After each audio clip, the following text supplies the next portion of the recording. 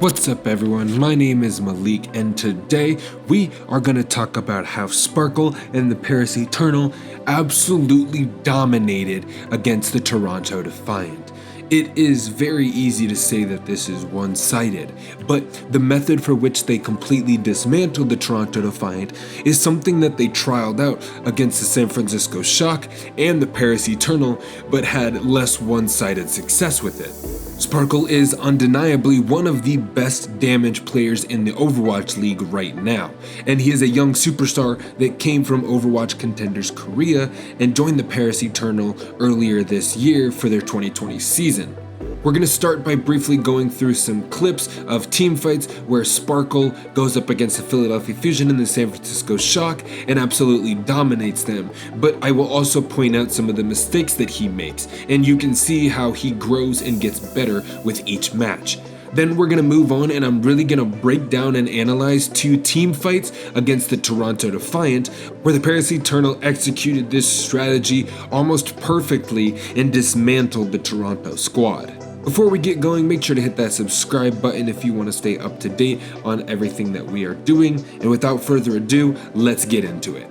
The Paris Eternal are extremely skilled at identifying key moments where their enemy is weak. First, they apply pressure. The Eternal moves forward, forcing the enemy to either move back or engage with them. Sp9rk1e tends to stick with his tanks while his other damage counterparts hold the backline or move for flanks. Sp9rk1e is not afraid to get aggressive, and at times he got punished for this, especially by Alarm on the side of the Fusion. Brigitte is his worst enemy, and ensuring that her stun is used up before he dives in is super crucial. When engaging, the Eternal's tactic is all about creating space between the backline and the front line of the enemy team and capitalizing on it. If this isn't possible, they try to push them into a small area where they're either susceptible to a Genji blade or a Doomfist Rock'em Sock'em. Sp9rk1e's role is to assist his tanks and frontline and follow up on low enemies. Genji's Deflect is a tool that Sp9rk1e uses often when his tanks run out of shield. Sp9rk1e is an aggressive DPS player, and we saw him really go full force against the Philadelphia Fusion and the San Francisco Shock. But that was only because they had to match their aggression. These are teams that are used to setting the tempo and pushing with all of their force and not allowing the enemy any time to breathe or kind of understand what's going on before one of their teammates dies. Now, Sp9rk1e learned from this, and against the Toronto Defiant and the LA Gladiators, he was able to go in, secure a few kills, but then pull back and help his team. Sure, it's okay going for those extra kills every now and then, but when he gets punished for them, his team is at a disadvantage. In this clip up on the screen, you can see that the Toronto Defiant are coming from the upper section. Now, they drop down and start to collapse on the Paris Eternal who are on the cart.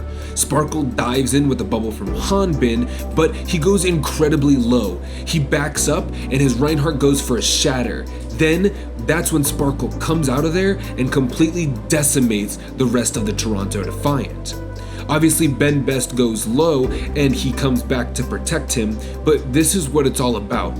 Going in, disrupting the enemy, retreating when he gets low, allowing his team to make some headway, and then coming back in to clean up some kills and protect whoever is getting low as well.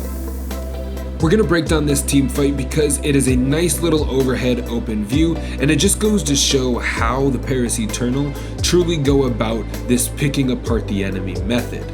You can see that Sp9rk1e was on the right hand side, but he uses his jump to get over to his team. He knows that there's going to be a Sombra coming in with an EMP, so he dives in. You can see him charge up his fist, but he knows that Hanbin has it covered in the backline, so he charges towards Nevex, back towards Ben Best and the rest of his team on the objective to help them out.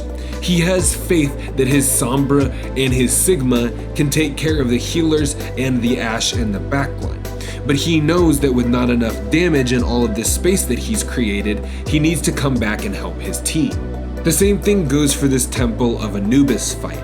You can see that Sp9rk1e goes in front of his team and uses his deflect to stop the Bob from dealing some extra damage, and when the Bob goes down, he's able to pull in on the side while the rest of his team moves in on the front little entryway and use his Dragon Blade.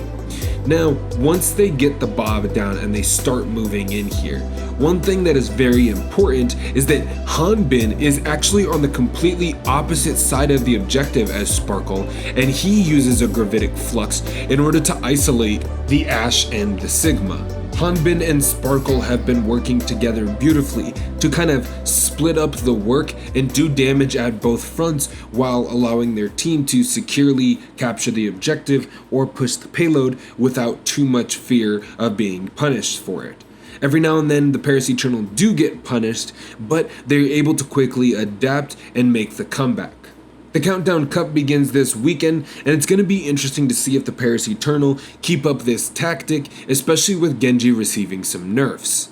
My name is Malik. Thank you guys so much for watching. If you liked this video, make sure to drop us a like. And if you want to stay up to date on all of the other Overwatch and esports related videos that we do, make sure to hit that subscribe button and that bell icon, and we'll see you next time.